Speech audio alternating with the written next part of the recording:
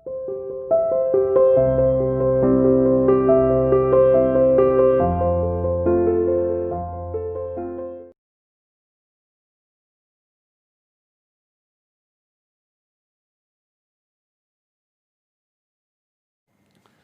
बच्चों, class 11th और हम लोग डिस्कस कर रहे हैं Newton's law of motion.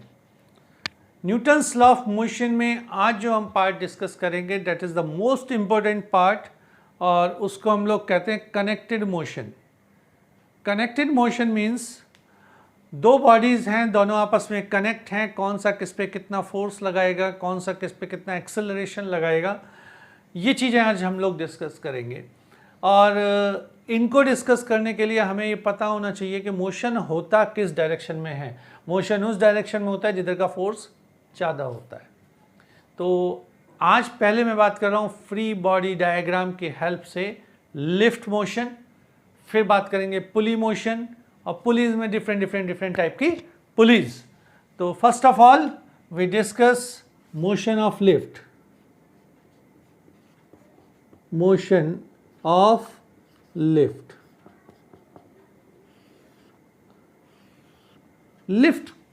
Lift आप लोगों को पता है, एलिवेटर जिसे हम कहते हैं, कि ऊपर जाते हैं नीचे जाते हैं, आजकल बड़ी बड़ी बिल्डिंग्स में लगे होते हैं, सब जगह होता है, कॉमन चीज़ हो गई।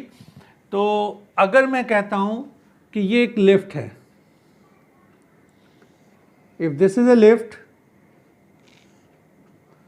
और इस लिफ्ट के अंदर एक बंदा बैठा हुआ, खड़ा हुआ है, बैठाते नहीं, आराम से नहीं बैठना चाहिए कोई भी, खड़ा हुआ है, ये खड़ा हो गया वो, और ये खड़ा है एक वेइंग बॉक्स के ऊपर, यानी वेइंग मशीन के ऊपर, अपना वजन नाप रहा है भाई। ये देखिए, जो अब कोई भी लिफ्ट के अंदर हम वेइंग मशीन के ऊपर खड़े हैं, इसका मतलब ये है कि हम वेइंग मशीन पे एक फोर्स लगा रहे हैं। एक्चुअल में वो फोर्स क्या है, mg, यानी हमारा wait.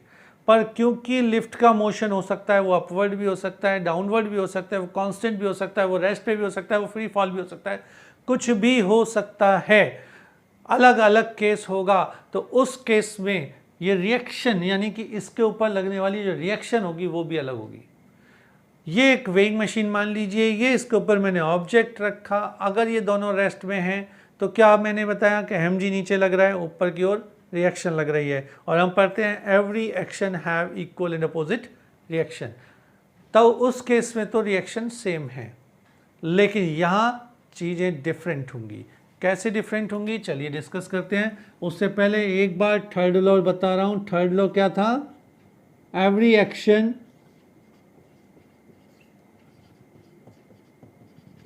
Have equal and opposite reaction. ठीक है जी, ये थी। अब देखिए, इस जो बंदा है इसने फोर्स लगाया डाउनवर्ड, कितना, mg। यहां से रिएक्शन लगा अपवर्ड, कितना, r, equal and opposite reaction. तो अगर हम कहते हैं, फर्स्ट केस ले रहा हूं, case 1, if lift is at rest. Lift अगर रेस्ट पर है, रेस्ट पर होने का मतलब क्या है कि एक्सेलरेशन कितना होगा, a इज इक्वल्स टू 0। अगर लिफ्ट रेस्ट पर है तो एक्सेलरेशन होगा 0, और हम कहते हैं फोर्स में से फोर्स को माइनस करेंगे क्या आता है, फोर्स आता है। तो यहाँ पर क्या होगा, r minus mg equals to ma। ये मैंने जनरल लिख दिया, जरूरी नहीं है। a की वैल्यू क्या है, 0, तो डेट इज इक्वल्स टू 0। इस केस में रिएक्शन हमेशा किसके इक्वल होगी, वेट के। Reaction force is always equal to the weight, वो वेट के इक्वल होगी। नेक्स्ट केस लेते हैं, इन केस को बेटा नोट करते चलना साथ ही साथ। नेक्स्ट केस ले रहा हूं, if lift is moving with constant speed. Constant speed का मतलब क्या हुआ कि एक्सेलरेशन अभी भी 0 है। क्या लिया मैंने? Lift is moving with constant speed.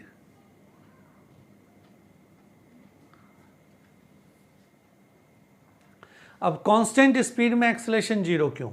क्योंकि कांस्टेंट स्पीड का मतलब हुआ कि वेलोसिटी में चेंज नहीं हो रहा है, और एक्सेलरेशन का फॉर्मूला होता है change in speed upon change in time. तो जब स्पीड में चेंज नहीं है, वेलोसिटी में चेंज नहीं है, टाइम वेलोसिटी का चेंज कितना है? 0, तो एक्सेलरेशन कितना हो गया? 0। तो यहां पर क्या है? Case 2, lift moves with constant velocity। देखिए, अगर लिफ्ट कांस्टेंट वेलोसिटी से मूव कर रही है तो अगेन एक्सेलरेशन 0 होगा। एक्सेलरेशन 0 होगा means r is equals to mg। उस केस में भी रिएक्शन फोर्स हमेशा वेट के इक्वल होगा। सेकेंड केस जो हमने कांस्टेंट वेलोसिटी का लिया उसमें भी क्या हुआ? Reaction force is always equal to the wait.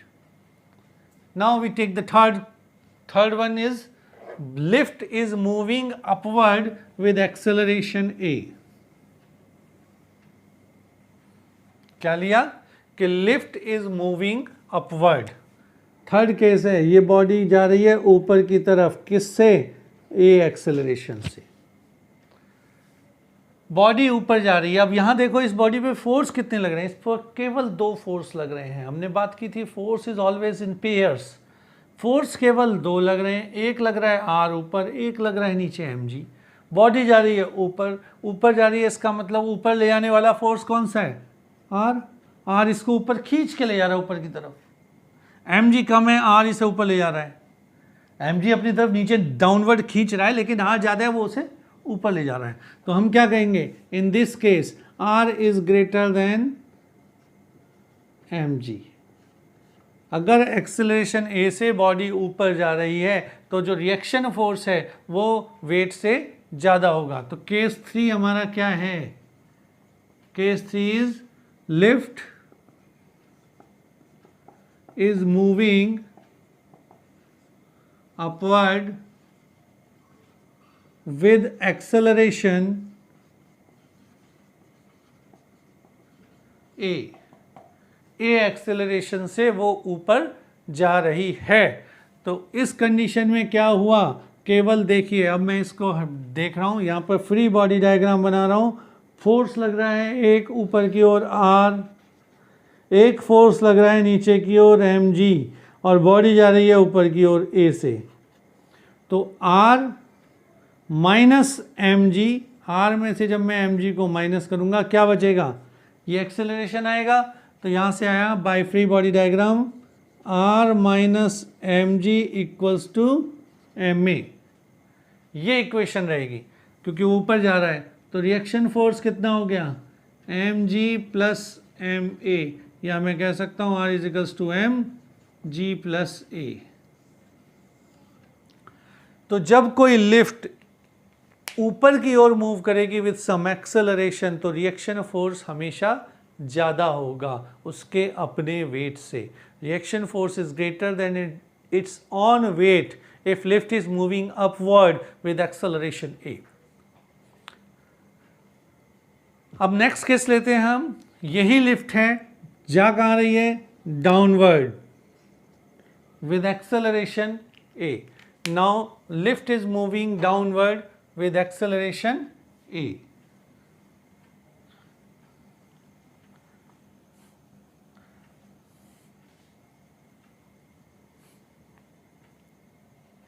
जब वो नीचे जाएगी, नीचे कब जाएगी? जब इस पे नीचे की डायरेक्शन में लगने वाला फोर्स mg ज़्यादा होगा। If mg is greater then r, ये mg r से ज़्यादा होगा तो वो लिफ्ट नीचे की ओर जाएगी। ये mg r से कम होगा तो वो लिफ्ट ऊपर की ओर जाएगी। ये r और mg दोनों इक्वल होंगे तो ये लिफ्ट अपनी जगह रुकी रहेगी। तो फोर्थ केस हमने क्या लिया? If lift is moving downward with acceleration a। तो क्या हुआ, mg minus R is equals to M में, mg ज़्यादा था तो mg में से r को माइनस किया, m में आया, r की इक्वल वैल्यू कितनी आई, mg माइनस एम ए, या r is equals to M G minus A. तो reaction is less than its weight. क्या आया, reaction is less than its weight. Reaction उसके वेट से ज़्यादा कम होगी। अब लास्ट केस लेता हूँ मैं कि वो जो लिफ्ट है उसकी रस्सी टूट गई, वो भैया फ्री फॉल कर रही है। फ्री फॉल का मतलब जी एक्सेलरेशन से डाउनवर्ड आ रही है। तो लास्ट केस फिफ्थ केस है जिसमें हमने क्या नाम दिया कि lift is moving downward with acceleration G, या कह सकते हैं फ्री फॉल। वर्ड जहां भी आएगा फ्री फॉल, फ्री फॉल का मतलब क्या कहेंगे आप, फ्री फॉल का मतलब होता है एक्सेलरेशन है जी, यानी बॉडी जी एक्सेलरेशन से नीचे आ रही है, बहुत तेज स्पीड होती है ये। अगर एक बीच में फ्री फॉल या रस्सी टूट गई 1 मंजिल 2 मंजिल ऊपर से, तो फ्री फॉल करेगा। ऊपर छत से आप किसी ने धक्का दे दिया, वो फ्री फॉल है। मैंने इस मार्कर को छोड़ा, फ्री फॉल है। तो जैसे जैसे बॉडी नीचे की ओर आएगी उसकी वेलोसिटी लगातार बढ़ती जाएगी और बहुत तेज हो जाएगी। तो यहाँ क्या होगा, यहाँ ये होगा कि body moves free fall downward, lift moves downward with acceleration small g। तो क्या होगा, स्मॉल जी से वो नीचे जा रहा है, ये एक्सेलरेशन हो गया स्मॉल जी, एम जी के कारण नीचे जा रहा है। तो हमने क्या किया, M G minus R is equals to M A, ये हमारी इक्वेशन थी। और ए की वैल्यू कितनी है बेटा, ए की वैल्यू है जी, तो हम लिख सकते हैं M G minus R is equals to M G, implies that R is equals to 0। तो जब बॉडी फ्री फॉल करेगी, कोई बॉडी बहुत तेज़ी से न्यूचे की ओर जाएगी, तो उसका वेट वेइंग मशीन में 0 आएगा। This is all about the motion of lift. बहुत इंपॉर्टेंट टॉपिक है, न्यूमेरिकल काफ़ी टाइम पूछे जाते हैं, तो इसको कोशिश करना, समझना और लगातार प्रैक्टिस करना। चलिए आगे चलते हैं हम कनेक्टेड मोशन के दूसरे पार्ट पर, जिसकी प्रॉब्लम्स काफ़ी हद तक पूछी जाती हैं। और ये कनेक्टेड मोशन है horizontal connected motion. Horizontal connected motion किस तरह का होगा, अब जो मैं डिस्कस करने वाला हूँ इसमें कुछ चीज़ें आपको बुक्स में दिखेंगी, कुछ नहीं भी दिख सकती हैं, क्योंकि ये एप्लीकेशंस हैं। आप एप्लीकेशंस जितनी ज़्यादा हम लोग सीखेंगे, जितनी ज़्यादा हम लोग करेंगे, क्या कौन सी एप्लीकेशन से, बस फोर्स को इक्वेट करने की कि एक फोर्स लग रहा है दूसरा फोर्स पीछे लग रहा है, बताइए कितना होगा। तो यहाँ पर 2 बॉडी प्रॉब्लम भी हो सकती है कनेक्टेड मोशन में, 3 बॉडी प्रॉब्लम भी हो सकती है। मेथड सबका फ्री बॉडी डायग्राम की हेल्प से होगा, सेम होगा। ऐसे ही लिफ्ट प्रॉब्लम जो मैंने लाइव क्लास में ली थी, लिफ्ट प्रॉब्लम होगी, सिंगल लिफ्ट नहीं सॉरी पुली प्रॉब्लम होगी, सिंगल पुली प्रॉब्लम भी हो सकती है, डबल पुली भी हो सकती है। डबल पुली के अंदर सेम एक्सेलरेशन हो सकती है, डिफरेंट एक्सेलरेशन हो सकती है, हॉरिजॉन्टल हो सकती है, उसमें इंक्लाइन प्लेन भी आ सकता है। प्रॉब्लम्स लगातार चेंज हो सकती हैं, कॉन्सेप्ट सेम रहेगा। तो first of all we have to understand the concept of the problem. उस प्रॉब्लम में क्या कॉन्सेप्ट यूज़ हो रहा है उसे दिमाग में बिठाना है। तो कॉन्सेप्ट के लिए मैं चल रहा हूँ कनेक्टेड मोशन जो हॉरिजॉन्टल में है। मान लीजिए ये है 2 blocks, there are these 2 blocks on a surface. एक ब्लॉक ये है और एक ब्लॉक ये है। इसका मास है m1, इसका मास है m2। मैंने फोर्स लगाया इस पर F। आपसे पूछ रहा हूं what is the contact force, find contact force. इसको लिख दिया स्मॉल f। तो फाइंड स्मॉल f। क्लियर हुआ आपको? दो ब्लॉक हैं, there are two blocks, one of mass m1, second is m2। मैंने एक बॉडी पे फोर्स लगाया, दोनों बॉडी आगे चलेंगी, मोशन करेंगी, लेकिन पूछा गया कि सेंटर, इसके जो बीच कॉन्टेक्ट वॉल है, इस पे फोर्स कितना लगेगा। फ्री बॉडी डायग्राम पे चलते हैं। सबसे पहले कौन से फ्री बॉडी डायग्राम पे, m1 पर। देखिए ये है m1, इस पर इधर से एक फोर्स लगाया गया, कौन सा, कैपिटल F। इस कैपिटल F को लगाने के बाद ये बॉडी मूव करेगी किधर, इस डायरेक्शन में, विद एक्सेलरेशन a। अब ये जो आगे वाला ब्लॉक था, थोड़ा सा दिमाग लगाना, ये आगे वाला ब्लॉक इसको रोकेगा, इस पे पीछे की ओर फोर्स लगाएगा। कौन सा फोर्स लगाएगा, कांटेक्ट फोर्स लगाएगा। तो ये जो कांटेक्ट फोर्स आगे वाला ब्लॉक लगा रहा है, वो किस डायरेक्शन में लगा रहा है, इस डायरेक्शन में। यही हमें कैलकुलेट करना है। ये कैपिटल F इधर ले जा रहा है, यानी राइट साइड में, स्मॉल f लेफ्ट साइड में लग रहा है, लेकिन बॉडी जा रही है F। तो हम क्या देख रहे हैं, capital F is greater than small f। Equation बनाओ, capital F minus small f equals to m1a, equation number 1। अब बात करते हैं सेकंड ब्लॉक। सेकंड ब्लॉक कौन सा है, m2। इस m2 के ऊपर कितने फोर्स लग रहे हैं, हमने जो फोर्स लगाया वो तो m1 पे लगाया। तो भैया जब हमने m1 पे लगाया तो m2 पर कौन लगा रहा है, m2 पर तो m1 लगा रहे हैं, और m1 क्या फोर्स लगा रहे हैं, small f। m1 small f force लगा रहा है, तो हमने m2 पर कितना फोर्स लगाया, स्मॉल f। वापस इधर कोई फोर्स लग रहे हैं, नहीं लग रहे। तो क्या होगा, बॉडी चली किस डायरेक्शन में, इसी में, a एक्सेलरेशन से। मीन्स m2 पर केवल एक फोर्स एक्ट कर रहा है, वो कौन सा है, कांटेक्ट फोर्स, और उस कांटेक्ट फोर्स के कारण वो मूव कर रहा है विद एक्सेलरेशन a। तो स्मॉल f की वैल्यू कितनी हो गई, m2a, इक्वेशन नंबर 2। हमें कैलकुलेट करना है स्मॉल f, तो सॉल्व कर दीजिए। इन दोनों को क्या करें भाई, स्मॉल f की वैल्यू यहाँ रख दीजिए, पहले एक्सेलरेशन निकाल लेते हैं। तो जब स्मॉल f की यहाँ रखेंगे तो capital F is minus m2a equals to m1a, implies that a कितना आ गया, capital F upon m1 plus m2। ये एक्सेलरेशन आ गया, एक्सेलरेशन आ गया तो हम स्मॉल f कैलकुलेट कर सकते हैं। Small f is m2a, value आ गई m2f m1 प्लस m2। बड़ा सिंपल कॉन्सेप्ट है, देखिए आपके सामने हो गया। चलिए, ये तो था एक सिंपल कॉन्सेप्ट जिसको मैंने आपके सामने लिया इक्वेशन की हेल्प से। अब एक छोटा सा 1 सेकंड वाला ट्रिक, 1 सेकंड वाला जादू। जादू क्या, हम लोगों ने पढ़ रखा है, फोर्स क्या होता है, फोर्स होता है भैया मास इनटू एक्सेलरेशन। अब जरा ध्यान देना जी, मास इनटू एक्सेलरेशन। ये सारी इक्वेशन हटा दी अब मैंने आपके सामने,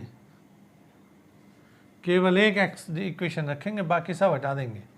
हमें कैलकुलेट करना है स्मॉल f, और स्मॉल f कैलकुलेट करने के लिए सबसे पहले क्या पता होना चाहिए, एक्सेलरेशन। और एक्सेलरेशन की वैल्यू हमें क्या होती है, एक्सेलरेशन होती है net force upon total mass. इसको ध्यान रखो, बस 1 सेकंड में क्वेश्चन होगा ऑब्जेक्टिव। कैसे, नेट फोर्स कितना है, हमने जो अप्लाई किया वो फोर्स तो भाई नेट फोर्स F है, तो ये हो गया F। टोटल मास कितना है, m1 plus m2, m1 plus m2। Acceleration आ गया, इक्वेशन बनाने की जरूरत नहीं पड़ी। अब हमें क्या निकालना था, स्मॉल f। अब फ्री बॉडी डायग्राम ले लो केवल m2 वाले का, तो m2 ये ला, m2 पर इधर से लगा small f, body a acceleration से चली, f is equals to m2a, यानी m2 capital F upon m1 plus m2। काम खत्म। ये मेथड है हमारा कनेक्टेड मोशन को सॉल्व करने का। आज के इस लेक्चर में मैंने आपको कनेक्टेड मोशन बताया, हॉरिजॉन्टल का, कनेक्टेड मोशन बताया लिफ्ट का। नेक्स्ट मोशन में लेक्चर में बात करूंगा केवल और केवल पुली की। तो इसकी प्रैक्टिस करना बुक से, जिससे कि पुली आपको ईजिली समझ में आए। ऑल द बेस्ट, मेहनत कीजिएगा।